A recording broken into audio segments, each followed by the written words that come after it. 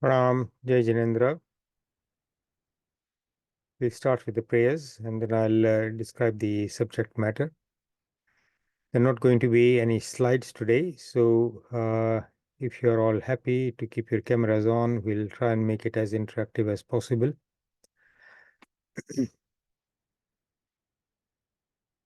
Pranam, Jai Jinendra.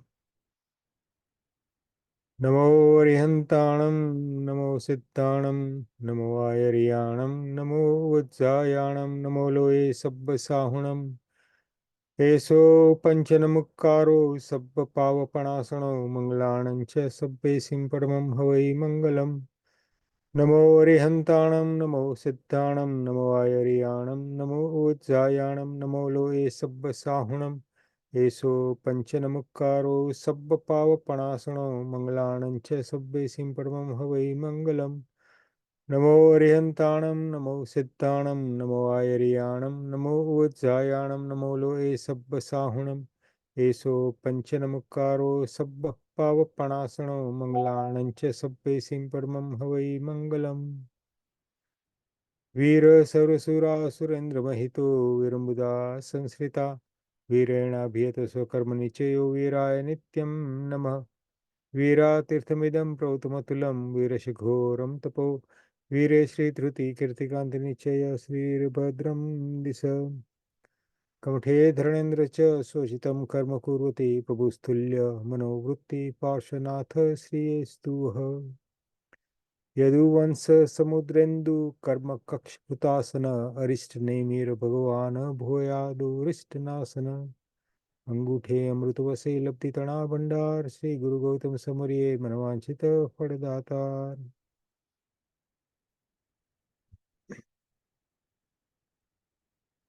In the prayers today, we remembered Bhagwan Neminath. We normally remember Bhagwan Mahavir and Bhagwan Parshanath. So the verse Yadu Vansa Samudrendu Karma Kakshhutasana Arishtanemir Bhagwan Bhuyado Rishtanasana is describing some virtues of Bhagwan Neminath. In today's topic, as part of the ongoing narrative on the excerpts from the Kalp Sutra, we'll talk about Bhagwan Neminath, and from the Paresar Bahubali Sajjai, we'll talk about one other character that is remembered in the fifth verse of the Paresar Bahubali Sajjai. Now, as you all know, Bhagwan Neminath was the 22nd Tirthankar. He was a cousin of Krishna and Balram, and they were all clansmen of the Yadav clan. Therefore, this verse, Yadu Vansa Samudrendu, his father's name was Samudra Vijay.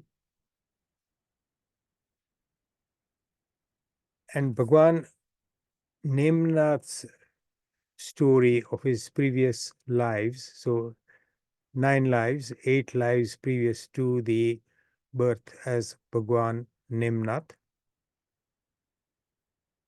In contrast to the relationship between Bhagwan Parshvanath and his brother Kamat in the first life, Bhagwan Neminath's relationship with Rajul is very, very different. And what we learn from these two great lives is that the seeds of hatred were created in this first life when Parshvanath Bhagwan and Kamat were associated as brothers. They came together in that life. And the seeds of hatred from Kamat's side were sown, and that continued to bear fruit in subsequent lives until Kamat in the final life, due to the great virtue and the chamatkar of Bhagwan Parshvanath, finally realizes the wrongs that he has done and turns over a new leaf into a good person as Meghmali Dev, after he had insulted and tried to hurt Bhagwan Parshvanath in a horrible way, and Bhagwan Parshvanath was protected and saved by Dharanendra and Padmavati. Now, we saw in that life, in the lives of Bhagwan Parshvanath's soul and Kamat, how Kamat continued to nurture the dislike and hatred, and it continued to trouble him. Now, even though that was in all those lives unknown to him what the past relationship was, except when maybe he might have had some inkling when in Narak, when he was there, or in the final life as Meghmali Dev, when he finally realized, it was still hard for him to abandon that dislike and hatred. Whereas here with Bhagwan, Neminath, and Rajul, right from the first life when they come together as husband and wife, as prince and king and his uh, queen, the relationship between them is of beautiful love that progresses to such an extent that in every subsequent life they actually come together and live as husband and wife, as a king and queen. And for both of them, the subsequent lives are all progressive. They are both getting spiritually more and more purer. Their degree of their material happiness is of the highest form, so they have nothing wanting there, but their attachment to this material happiness is never that strong. And as we will see briefly, we won't be going through every life, but I'll be describing some aspects, that towards the end of their lives, they understanding the nature of the soul and the virtue of giving up attachment to material happiness, become a monk and a nun, and continue in their journey from a human being to Devlok, again human being to Devlok, human being to Devlok. So there are no lives where there are inferior in inferior gatis. What I wanted to try and explore here today is that when we come together with people in our family, in close relationships, most of them are people that we may have had some association with in the past.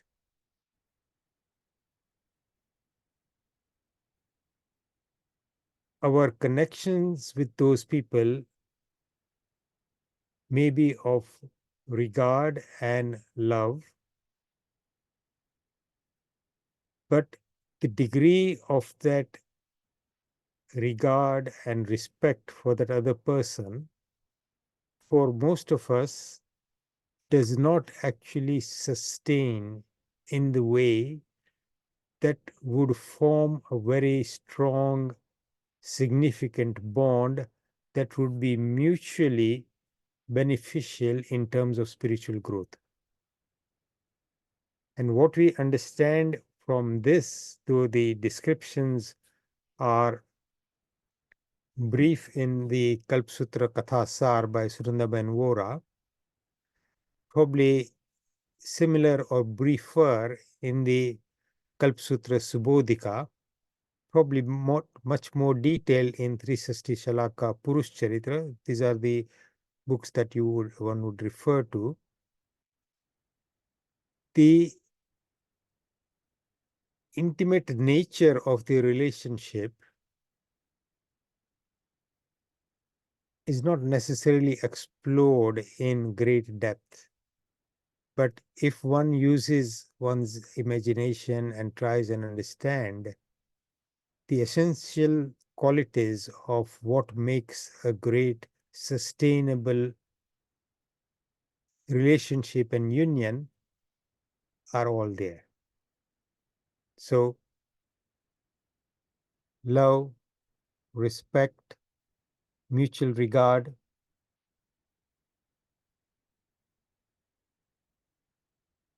listening to each other,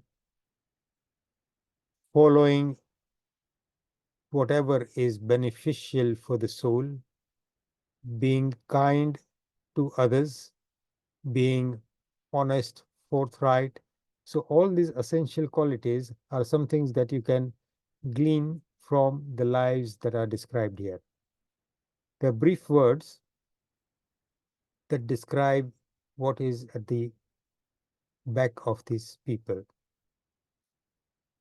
And in our literature, there are two great examples of this loving relationship. One is Bhagwan, Neminath, and Rajul. The other is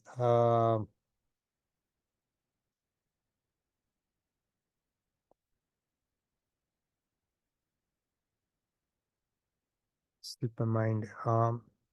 But help me. There is Nar and Damayanti.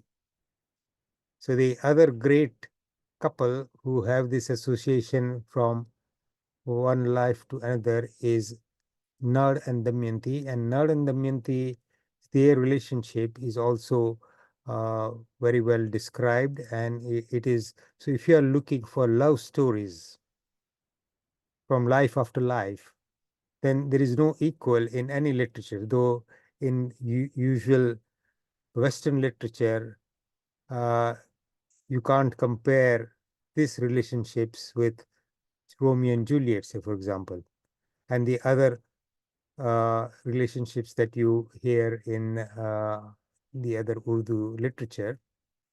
But Nar Damayanti, there is a ras called Nar Damayanti ras, and Nar Damayanti's characters actually in the narratives of Mahabharat, Damayanti is somebody who is actually associated with this Yadav clan as well in one of her lives.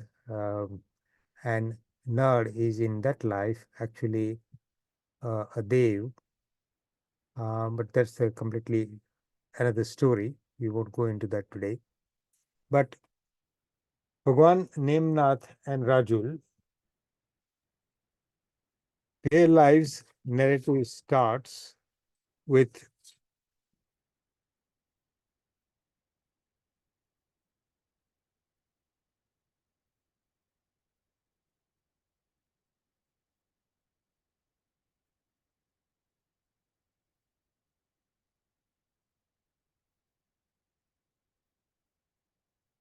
a prince called Dhan Kumar, who is born to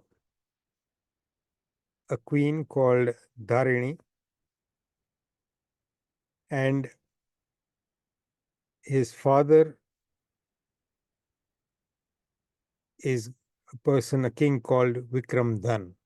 And the story is set in Bharat Kshetra, that is the place that we are here, in a town, in a city called Achalpur. So it is a city state. So Vikram Dhan and Dharini, and to them a son is born with very auspicious. His birth and his conception is indicated by some very auspicious dreams. And he is named Dhan Kumar.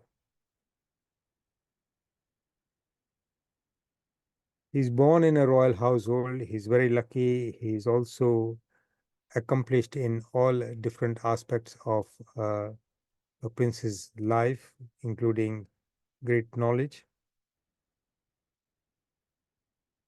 And he was so impressive that once a, an artist comes to the Raj Sabha, that is the king's court, sees the prince there, and he's so impressed by him that he paints a picture of the prince, and in his travels from one town or other takes this picture to another town and displays it. A princess called Dhanvati was roaming around with her friends, sees this picture and falls in love with this person. And as fate would have it, soon their parents arrange a marriage for those two.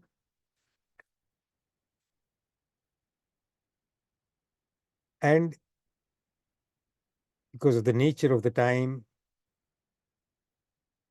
Prince Dhankumar's father, at a certain time when he has completed his duties as a king, gives up his kingdom, makes Dhankumar the king, and becomes a Muni himself. Dhankumar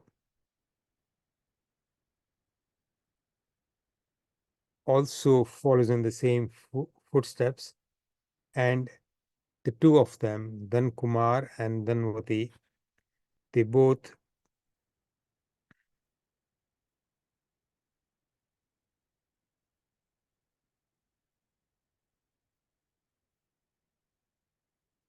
become a monk and a nun, and at the end of that life, they're both born as devs in Saudharma Devlok.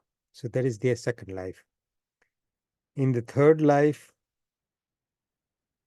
something similar. They are both born as a man and a woman, and their fate brings them together as husband and wife, again in a royal household. And the end of that third life, they both become Nirgranth, so a monk and a nun, and they follow a very good, strict path, earn a lot of punya, and are both born in the fourth Devlok. In the fifth life, again a similar story in a different place, and a life full of adventure, but also a huge amount of luck, so that everything that may appear to pose any risk is soon just an adventure where the prince and the princess succeed and live a very charmed life. So the point here is that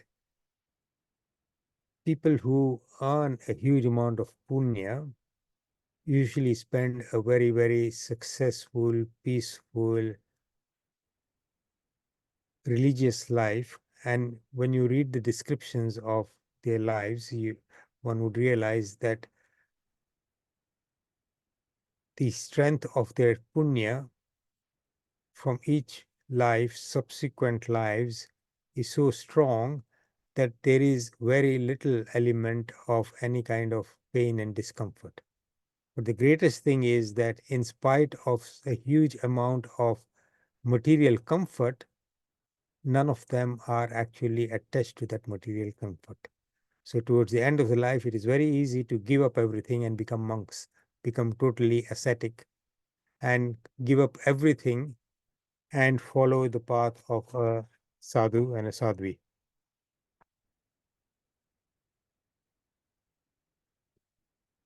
There is a short story here within that as to how the prince becomes, or the king becomes, detached from worldly life, and as soon as this particular incident occurs,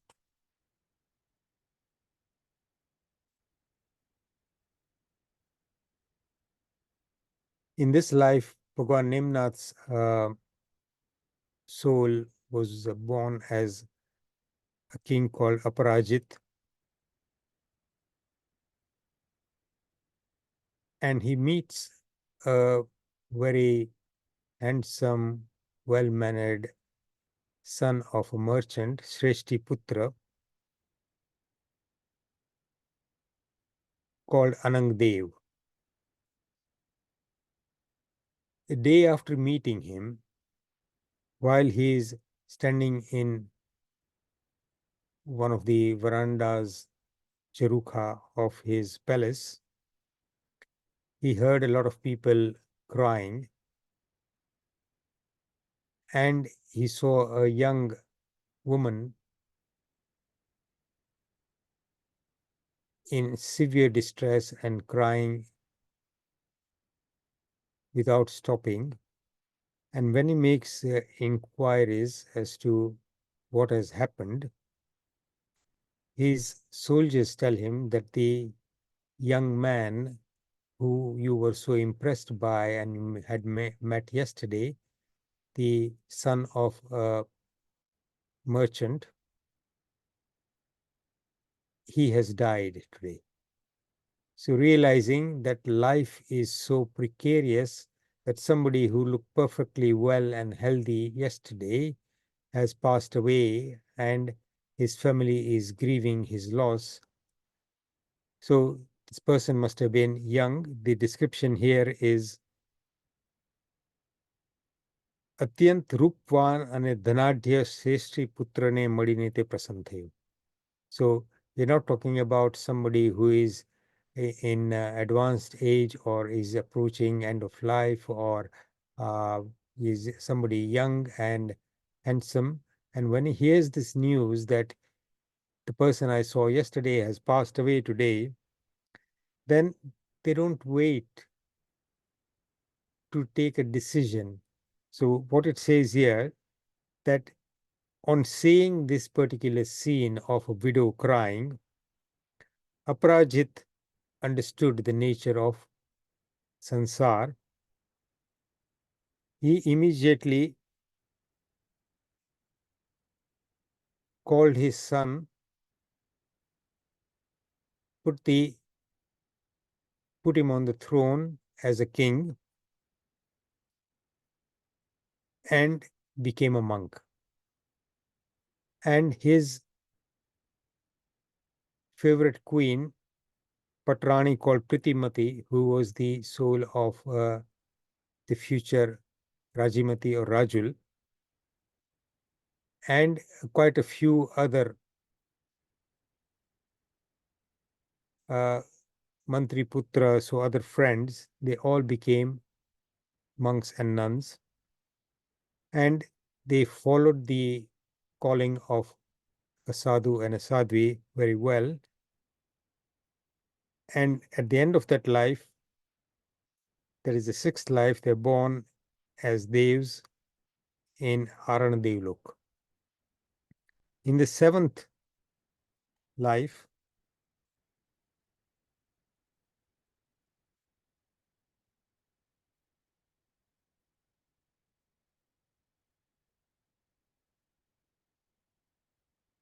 the same pattern, a king, a prince, and a princess.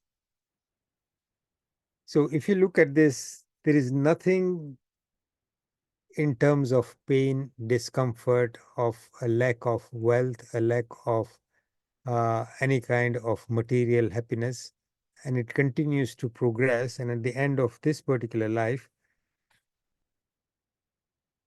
they both become ascetics.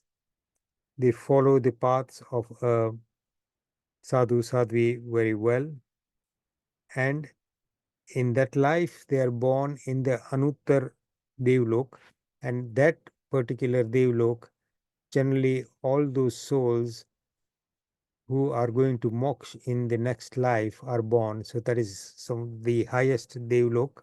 it is not too far from Siddhshila. So Anutar Viman, and અનુત્તર દેવલોકમાં દેવ પણ ઉત્પન્ન થયા અને યશોમતી પણ એ જ દેવલોકમાં દેવી તરીકે ઉત્પન્ન થઈ. Okay? That was the 8th life. In the 9th life, in the city of Savripuri, in this Bharat Kshetra, there is a king called Samudra Vijay and his queen called Siva Devi. Siva Devi sees 14 auspicious dreams one night, and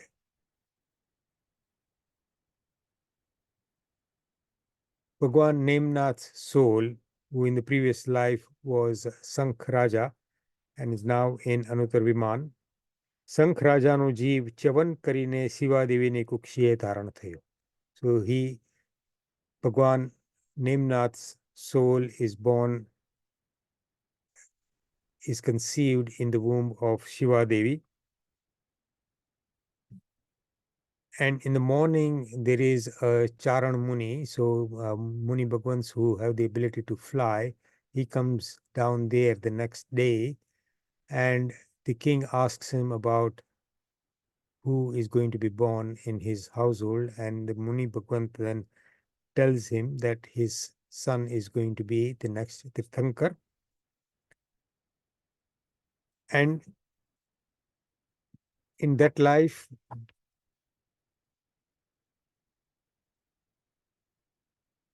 we all know some of the stories that are associated with Bhagwan Neminath.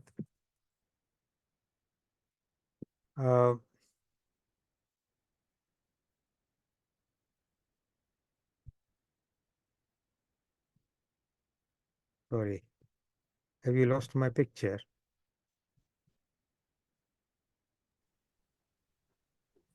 I can't see you. Yeah. You can see me? No, we can't see you. No.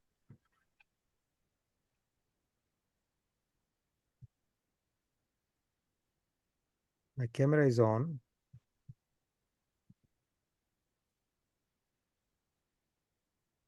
It might be your background. If you lower your screen a little bit. No. No. It's just my background that I can see for some reason.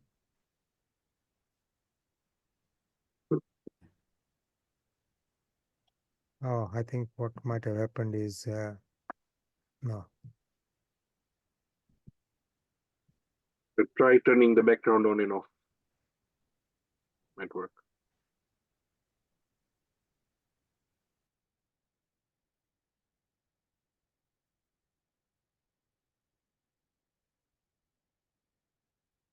You can see my background?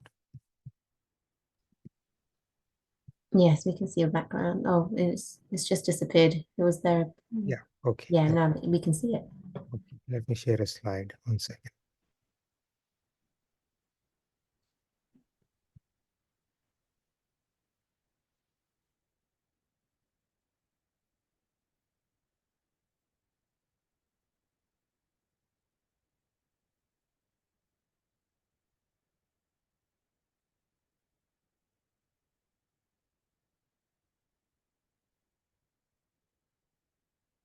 Okay, you can see the slide? Yes, we can see the slide. Thank you. My apologies.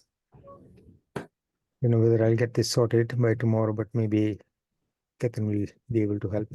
Okay. So, coming back to Bhagwan Neminath. In this life, as we know, Bhagwan Neminath, after a lot of insistence from his family and his bhabis, so all the wives of Krishna, on trying to persuade him to get married, doesn't actually say yes to anything, but because he does not reply, everybody thinks that he has agreed, and the arrangements are made. A whole wedding procession is set, and the whole Jan leaves to the wedding place of Rajimati's Princess Rajimati's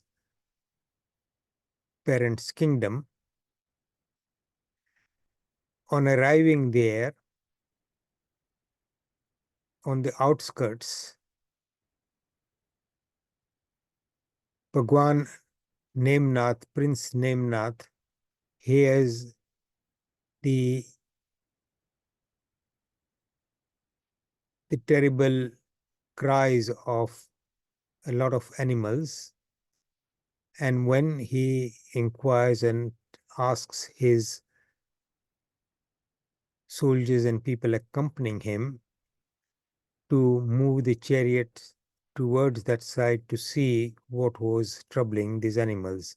And when they come near, they see that a lot of animals have been trapped in cages and are in a very dire state.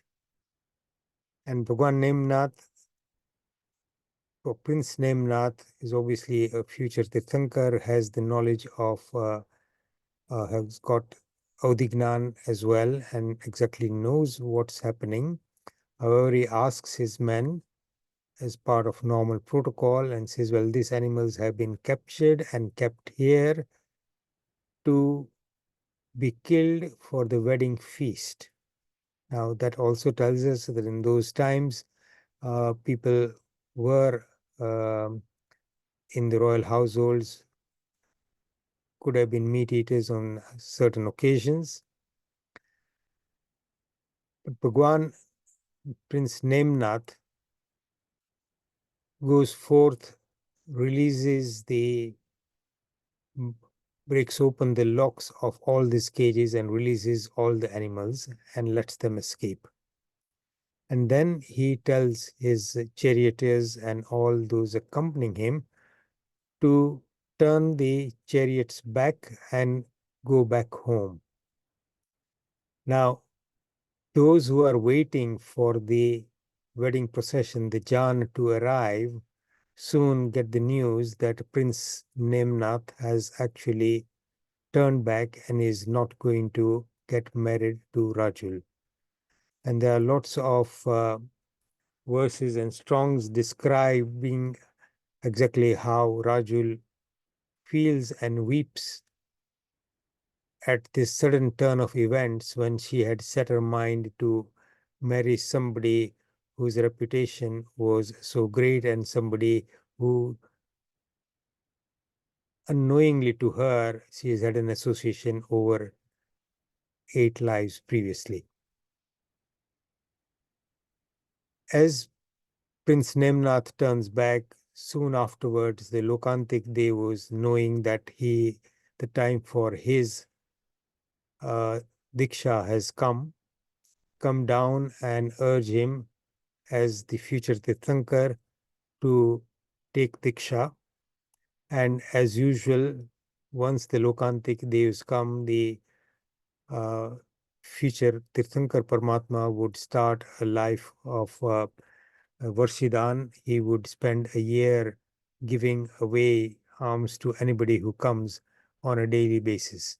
And there are descriptions of how much wealth is given away in that year by all the Tirthankars. At the end of that year, he becomes a monk, and Tirthankar Paramatmas normally take Diksha on their own after doing what is called Panch Musti Loch, meaning they remove all their hair with their own hands. So the hair on the scalp, on the face, all that hair is removed. And Bhagwan Nemnath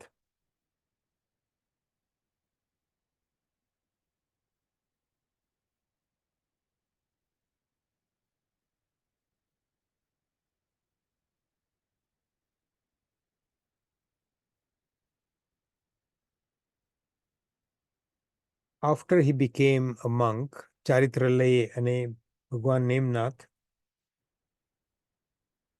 achieves Keval Gnan after 56 days. He had been fasting for 3 days, so Atam Tap Hatu, and all his Ghati karma got destroyed, and he achieves Keval Gnan. And on the next day, so this was early in the morning, and on the Devs create a Samvasaran for Bhagwan Neminath to sit and establish a tirth. And on that day, when the new Sangh was established, it says here that on that day, Rajimati becomes a nun. His parents become monks and nuns. His brothers, a lot of his brothers, a lot of the wives of Krishna become sadhvis. Thousands of other kings and a lot of other ordinary citizens all become detached from material life after listening to Bhagwan Neminath's Deshna and join the fold as monks and nuns. Then in this narrative, there is a small incident between his elder brother called Rathnemi or Rahanemi and Rajimati, who is now a nun. And some of you may have heard of this incident where Rathnemi becomes very attracted, even though he is a monk and Rajimati is a nun. Once he sees her in a state of undress in a particular cave where she had gone to dry her wet clothes after a bout of rain, and suddenly loses his senses, his path, and asks for union with Rajimati, and she very clearly explains to him that he is giving up something so valuable for this attraction that he has felt towards her, and he then immediately repents and takes prashchit from Bhagwan Neminath. And it says here, so people make mistakes, but they turn around very quickly.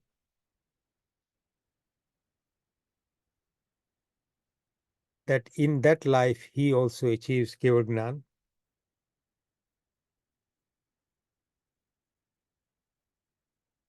Rajimati also becomes a very able nun and follows the path of a sadhviji very well.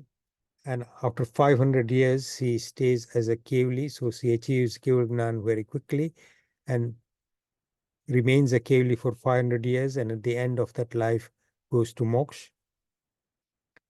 Bhagwan Neminath was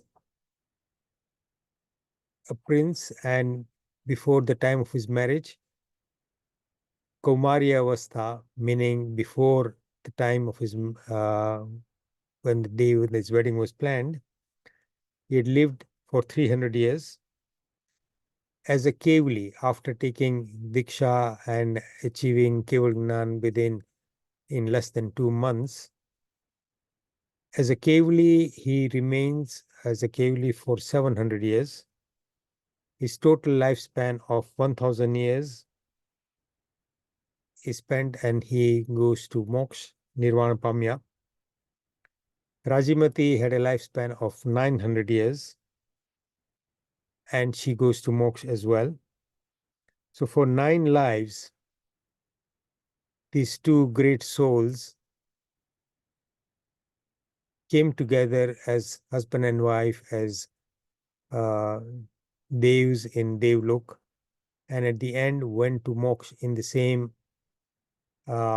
in that ninth life, and they also followed the path as ascetics in that life together. And a note is made here that this innocent relationship between two people, how that progressed so nicely and so beautifully over a period of 9 lives. So that was the life of Bhagwan Neminath and Rajimati. The next story that I'm going to say very quickly is from Paresar Bahubali Sajai, from the 6th verse, which goes Pabbavo Vinu Kumaro Ad Kumaro Dad Pahariya Sijansa Kurgaduva Sijambava Mehe Kumaro. The life of Mahatma Dad Pahari or Dad Prahari. I'm sure a lot of you have heard this story before, but again, the theme today is about emancipation of progress. So no matter where you are, and in this Paresa Sajai, there are people in very, very different walks of life, born in very poor circumstances, in households where there is no association with any kind of spiritual growth, but because of their punya and their determination, they progress. The story of Drat Pahari is similar.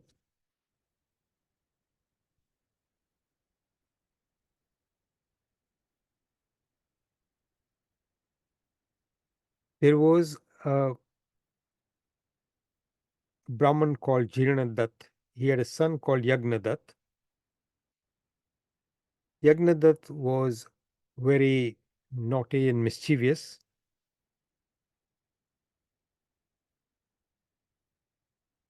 And he became very proficient as a hunter. And he soon comes into contact with a lot of thieves and becomes the leader of this particular group of thieves, because the then leader called Bhim did not have any children, and that Pahari or Yagnadatt had become quite well known for his strength and for his skills. He stayed with this Bhim as a son, and then he takes over because he was extremely strong and his particular strength was so well known that whenever he struck somebody, that would be almost a killing blow. His name was changed to Dad Prahari. Dad means strong, Prahar means attack. So he became famous as Dad Prahari. Once they attack a town called Kushasthar to rob people.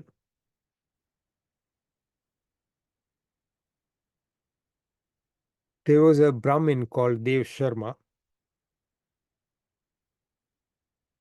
who had just gone out to beg for some milk and some herbs from somebody. He had brought them back home, handed them to his wife, and went out into the jungle to uh, relieve himself. While he was away,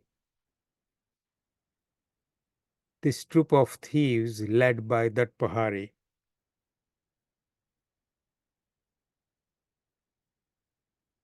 started robbing the house.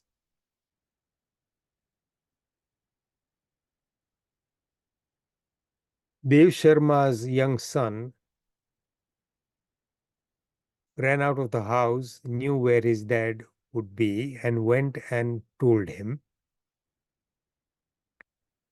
that there are a group of thieves who have come and are robbing our house and taking and destroying everything. So Dev Sharma, in a fit of rage and anger, picks up a big stick and tries to defend his household. And as soon as that Prahari sees him, he strikes him with his sword and kills him there and then. So Dev Sharma, a Brahmin, is killed. Just then, there is a cow who is in this household who is seeing her family, the cow's family. So these people who are looking after her are her family. She's seeing them being attacked and she goes in defense of the family members. She bends her head, rushes towards that Pahari with her horns, trying to use her singda, her horns as a weapon to injure this person. But as she approaches that Pahari, he hits her with a sword and she dies there and then. Seeing her husband and her cow being slaughtered like this, the Brahmin's wife rushes towards that Pahari. She was pregnant as well at the time, and that Pahari kills her and cuts her. And her unborn baby also dies there and then. So that Pahari has within a short time killed a Brahmin, killed a cow. So Brahmhatya, Gohatya, Stri Hatya, and Bad Hatya. So he has, in a fit of anger, without even thinking, he has killed 4 people without, and the killing of such Brahmhatya, Gauhatya, Stri Hatya, and Bad Hatya are considered to be heinous tasks or heinous murders, and these 4 are generally meant to be protected and never harmed.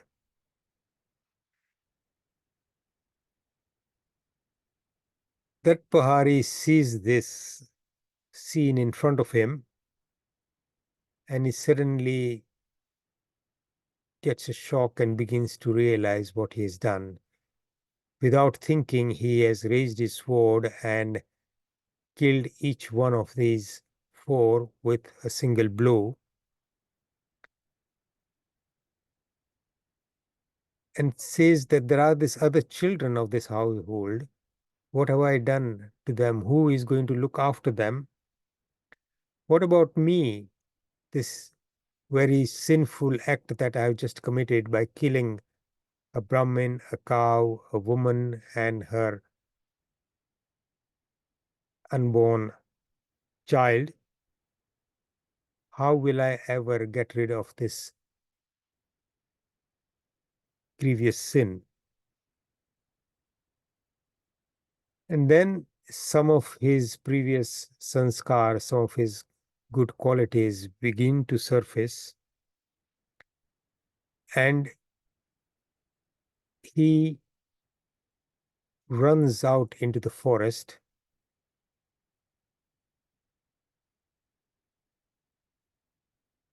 and meets a Muni who is standing in meditation.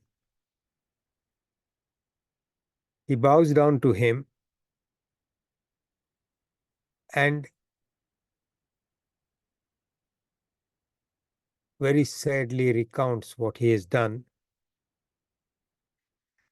and tells him to give him diksha and lead him onto a path of detachment. The Muniraj felt that he was suitable even though it was known that this person has just committed several murders, that Pahare takes a vow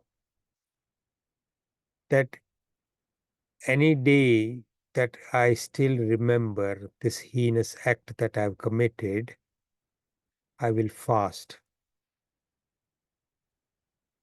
જે દિવસે મને મારું આ પાપ યાદ આવશે તે દિવસે હું ઉપવાસ કરીશ.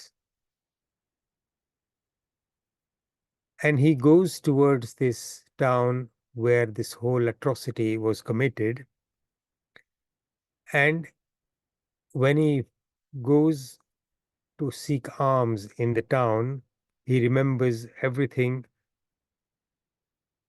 that he had done, and all the people who recognize him are throwing stones at him and knowing what he has done. And now, though he is in the garb of a Muni, they are all hating him. And when people are trying to punish him, that Pahare doesn't get upset or angry, and he continues to feel sad and sorry and continuously asks forgiveness for his sins. And he is criticizing himself. He stands on the 4 gates of this city state in Kausakdyan, and slowly, as he is contemplating and stands in meditation, he gets rid of all his karmas, and then he actually achieves Keval Gnan. And in that life, such a thief, murderer goes to moksha. So the point here is in this story that no matter how bad and how terrible sins somebody has committed, the power of repentance and penance and the life as a Muni can actually wash away all those sins and can take you from a thief and a murderer to somebody who achieves Keval Gnan and goes to moksha in the same life. So that was the story of Mahatma Dutt Pahare. He is remembered as Mahatma. His name is given in this Sajjai. So every day in the morning, Pratikraman in Baresar Sajjai, somebody like Dutt Pahare is also remembered. But what we are celebrating here is how even the sinful can change their life and transform it. That's the end of the 2 elements of today's lesson. So Bhagwan Neminath's 9 lives association with Rajimati or Rajul, and Mahatma Dutt Pahare's life. We'll end here, but we'll take any questions.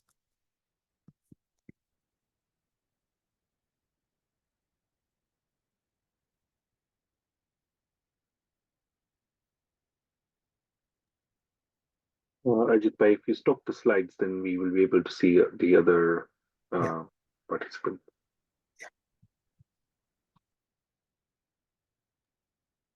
If you do have a question, please unmute yourself and just ask.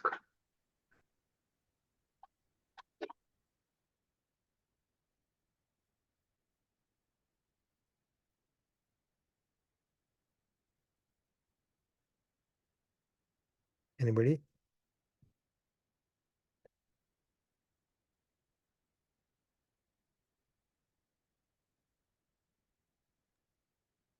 Doesn't look like we have any questions.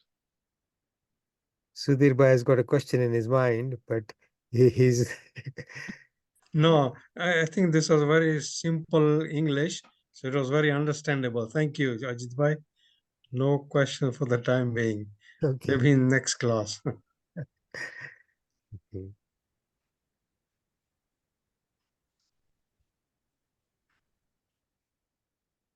Hashin Bhai, Saroj Ben.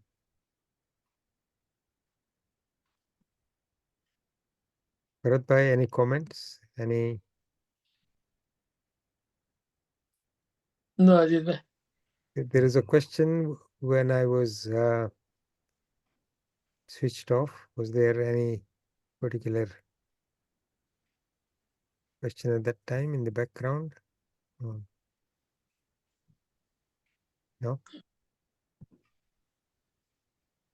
I think we Ajitbhai, Ah, sorry, there's no questions that have come to me, but just a reminder from last week, you wanted me to remind you about the last question that was asked last week oh, yes. Thank about you. Krishna Bhagwan and the lifespan of a Narak. Oh, yes. Now, that followed from the comment that Bijal made that in terms of, so the question was that how that most of our relations, our reactions to events and what goes on in our mind are probably minor indiscretions and do not necessarily attract very strong karmas that become nikachita or may earn us the life in narak. So that means they are not associated with severe kashai like Anantanubandhi kashai.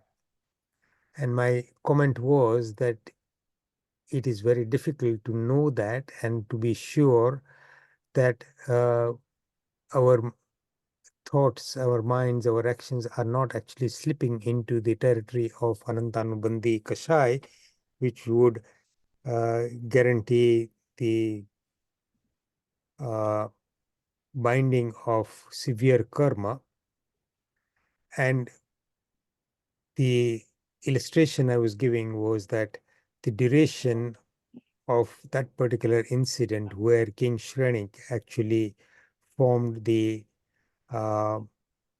Ayushya of his next life in Narak when he had killed a deer and then coming near the female deer, he recognized that he had with one arrow pierced the doe's, so the female deer's body as well as the womb, and that there was an unborn baby deer who had also been killed. And in a moment of pride for the skill of his archery, King Shrenik says, I'm such a great archer that I have killed 2 lives with one arrow. In that moment of celebration of his skill as an archer and just saying that he has been and being pleased about it. So this was not a state of him being angry, or it was just a moment of pride. So that particular pride and the celebration of violence was enough at that moment to earn him a life in Narak in the next life. So my point was that this particular incident may not have lasted very long. However, what I wanted to illustrate, and I remembered that after the class was over, was that if you look at a similar incident, say in Bhagwan Neminath's life, Krishna Maharaja, Krishna, Vasudev, Krishna, according to the Jain literature, as a Vasudev was guaranteed to go to Narak, and he had acquired enough bad karmas to take him down to seventh hell. However, once in a state of great reverence and respect for the monks of Bhagwan Neminath's Sangh, monks and nuns, he takes it upon himself with great bhakti to bow down to them, and he does that individually with such devotion that at the end of this exercise, towards the end, when he had done, he had bowed down to quite a lot of the monks, he is told that he has already got rid of enough karmas that from his next life, as in the seventh hell, it would be down to the third hell. So સાતમી નરકમાંથી ત્રીજી નરક સુધીનું આયુષ્ય એનું ઘટી ગયું. Now, Krishna, so in terms of good karmas, or in terms of nirjara of bad karmas, the state of Krishna's spirit, his soul, and his mind was in such an elevated frame that it was possible to get rid of a huge amount of bad karmas. However, at the end, when he is told that this is what's happened, Krishna thinks that now, if he carries on with that exercise, then maybe he might get rid of all the bad karmas and not go to Narak in his next life at all. And when he thinks about this and attempts that, he is told that that cannot happen, because now the reverence with which you actually bowed down and did vandan to the Muni Bhagwans, that reverence is gone. And now it is a trade in anticipation of a reward. Therefore, you cannot get the same level of benefit from that. So you will not lose any further life of your next life in Narak, any further number of years in your next life. So the lesson here is that anything that is done with a pure heart and with an understanding of the good that you are doing, without the desire for reward, without the desire for recognition, without the desire for some benefit in the future, then that level of pure conduct and good deed has got the most value. Anything which is diluted, which is with selfishness, which is done for seeking benefit in the future, or ensuring that a favor is remembered, all those things do not necessarily have the same value. In fact, as in this particular example, it seems to suggest that it had very little value or almost no value, compared with when Krishna was bowing down to the monks, completely recognizing their worth, and with great worship and devotion, he conducted himself that way. So in illustration, it is easy to acquire bad karmas. It is also not difficult to get rid of them. But what is at the core of both of them? In the first one of acquiring bad karmas, it is kashai, it is pride in doing wrong, and in the other, it is the reverence with which you respect what is best in this world.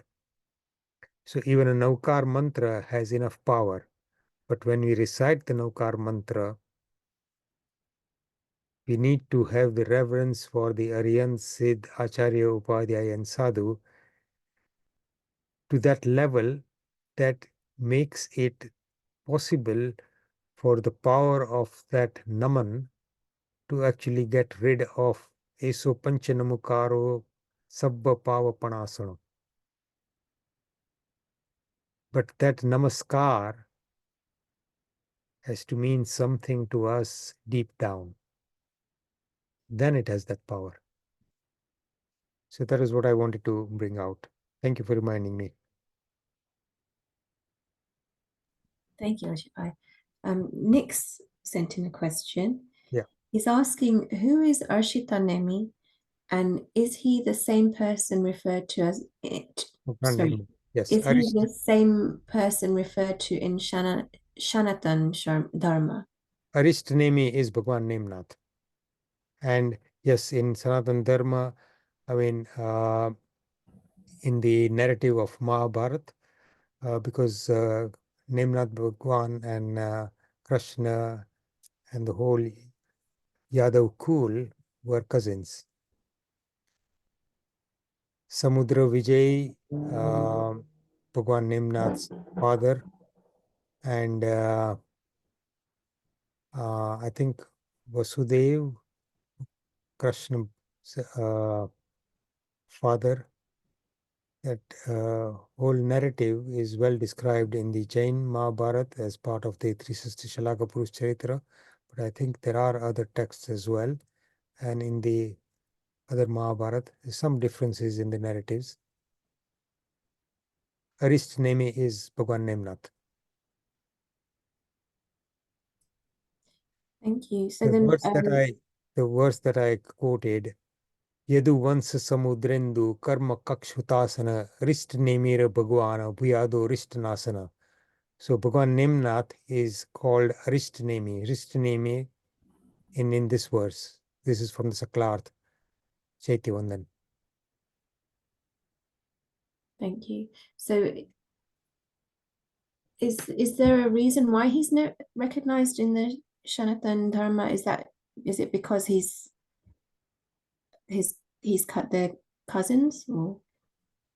Yes, they were cousins, but in terms of the reverence with which we hold Bhagwan Neminath as the 23rd Tirthankar, I'm not aware of any particular reference to that part in, say, the Mahabharata.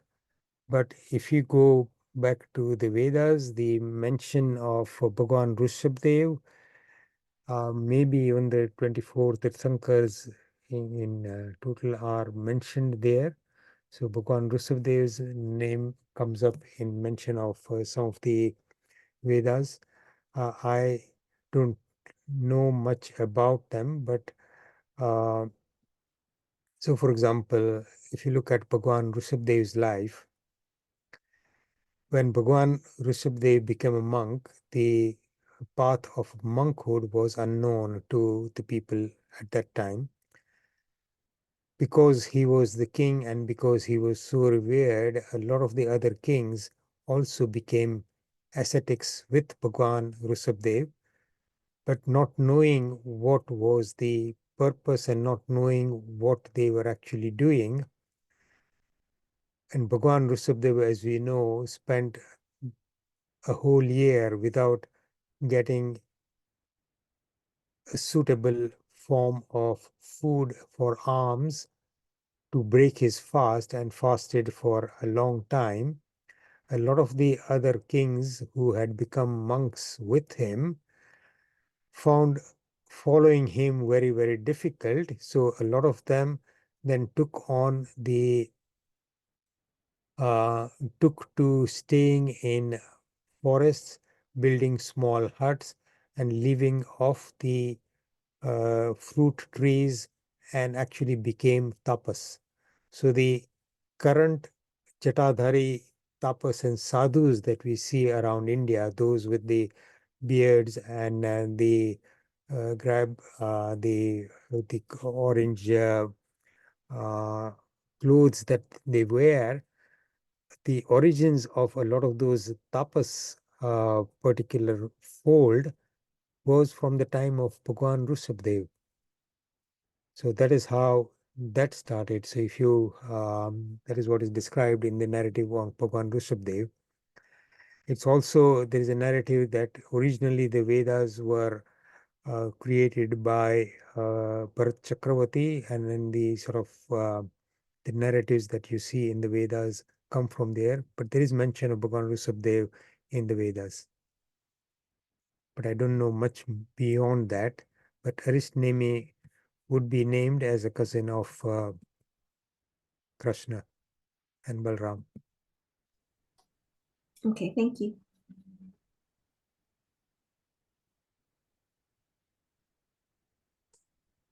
I don't have any further questions sent in to me.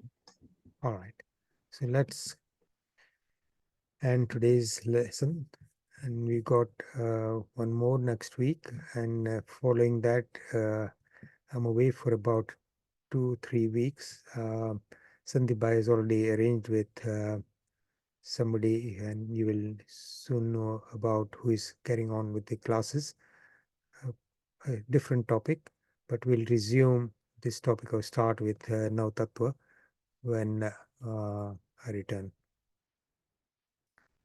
If I've said anything that's against the teachings of our Tirthankar Paramatmas, our Guru Bhagwans, I ask for forgiveness. Chinagna viruddh kain pan bolyo hui. Tesvai manuchan kaya kare tasmichhami dukadam. Sarvamangala mangalyam sarvakalyan karanam. Pradhanam sarvadharmanam jainam jaiti sasanam. Thank you all. Thank you, Ajitbhai. Thank you. Thank you, Ajitbhai. Thank you. Thank you, Ajitbhai. Thank you. Pranam Ajitbhai, thank you. Pranam, Bharat.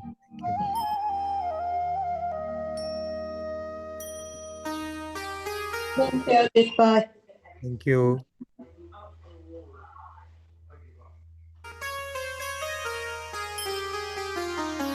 Thank you. सकल विश्वना नाथ है प्रभु शरण आवियो आबाळता हरो अधिक बुद्धि तू शुद्ध आपजे प्रभु कृपा करी कष्ट कापजे नव कदी करी भक्ति भाव थी नव कथा सुनी निज कान थी स्मरण ना कर्યું તેમ તાહરું નાથ ભલું થશે કેમ માહરું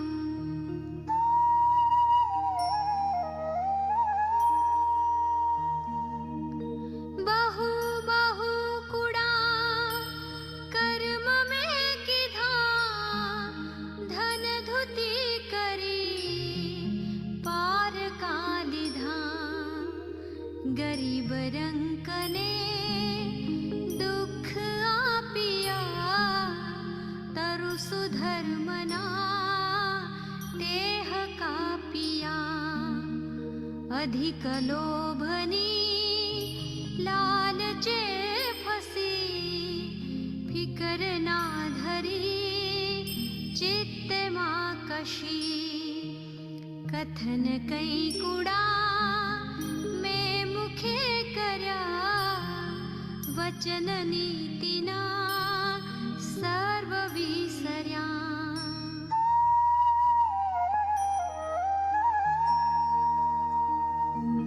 करवड़े कदी धर्म ना कर्या पण अधर्म ना कोथळा भर्या जगत नाथ हूँ डर्यो नहीं जरे अनेक पाप में संसार मां कर्या चरण थी कदी चाली ना गयो प्रभु सुपंथ मां दूर तो रह्यो ચરણ પાપને પંથ તો ધર્યો, દિલ વિશે નહીં તે થકી ડર્યું.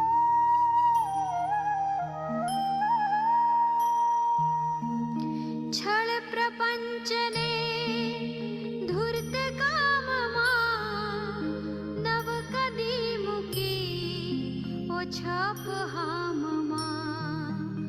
અધમ જાતનો પ્રાણી હું ખરો, પ્રભુ તુથી રહ્યો સર્વદા પરો. કર ગમે તને જે પ્રભુ હવે, અહીં બળું છું હું પાપ સંતાપમાં. દુઃખથી દૂરે નાથજી કરો, અરજ બાળની દિલમાં ધરો. સકળ વિશ્વના નાથ હે પ્રભુ, શરણે આવ્યો આ બાળ તાહરો. શરણ